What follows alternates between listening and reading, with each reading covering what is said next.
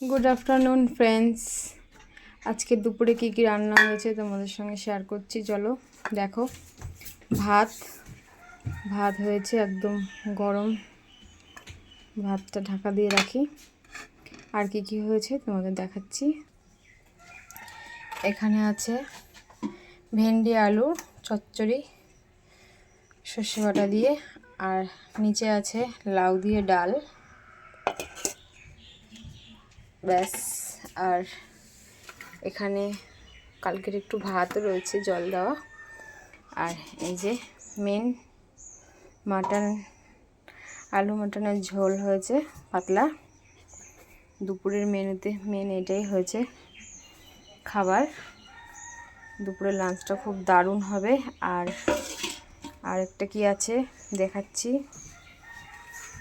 আর এদিকে আমের চাটনি হয়েছে। তো দুপুরের মেনুটা তোমাদের সাথে শেয়ার করলাম। কেমন লাগলো অবশ্যই কমেন্ট করে জানিও। আবার দেখা হবে আরও একটা ভিডিওতে।